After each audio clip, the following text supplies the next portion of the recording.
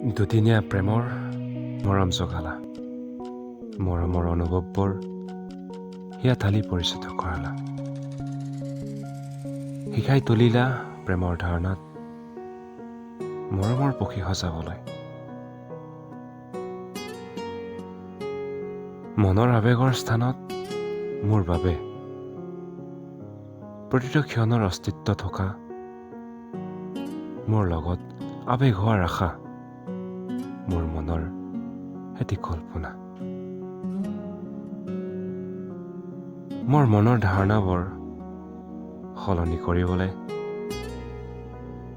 শিকাই থলা, প্ৰেমৰ ধাৰণাবোৰক জীপাল কৰি কলা এন্ধাৰৰ নিশাৰ শিতানত বাৰে বাৰে অভিজ্ঞতাপ্ৰাপ্ত আৱেগ সজালা।